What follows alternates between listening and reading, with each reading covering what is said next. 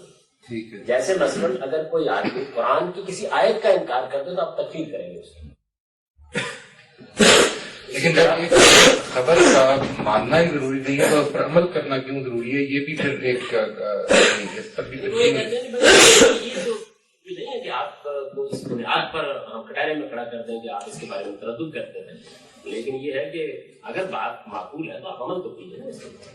یہ ہاں تو یہ میں نے آپ کے سامنے ایک تصویر کر دی ہے کہ یہ میں نے جملہ لکھا ہے، اس کا مطلب کیا ہے۔ دوسری یہ کہ ان سے جو علم حاصل ہوتا ہے وہ کبھی علم یقین کے درجے تک نہیں پہنچتا، یعنی اب آپ یہ تو نہیں کہیں کہ پہنچ جاتا ہے، اور یا پھر ابن حزم کی بات مان لیجیے کہ پہنچ جاتا ہے، یعنی اس پر کوئی آپ محسوس کرتے ہیں کہ تبصرہ کرنے کی ضرورت ہے۔ ظاہر ہے کہ میں ذکر سے مراد قرآن مجید ہے، اللہ تعالیٰ نے جس وحی کے ذریعے انکار کرنے کے لیے کہا ہے وہ قرآن ہے۔ جس چیز کے بارے میں یہ کہا گیا ہے کہ حضور کبھی خواہش نفس سے بات نہیں کرتے بلکہ یہ قرآن ان کی طرف وحی کیا جاتا ہے، وہ قرآن کا ذکر ہے، اور جس چیز کی حفاظت کی اللہ تعالیٰ نے ذمہ داری دی ہے وہ بھی قرآن ہے۔ یعنی یہ جو منطق ہے کہ ہر وہی ذکر ہے اور ذکر کی حفاظت کی ذمہ داری لی گئی ہے، اگر آپ سمجھتے ہیں اس پر کسی بحث کی ضرورت تو میں کر دیتا ہوں، لیکن اللہ تعالیٰ کی کوئی ضرورت نہیں، بالکل معقول بات ہے۔ اب جناب کس وقت واپس نماز 8:05 پر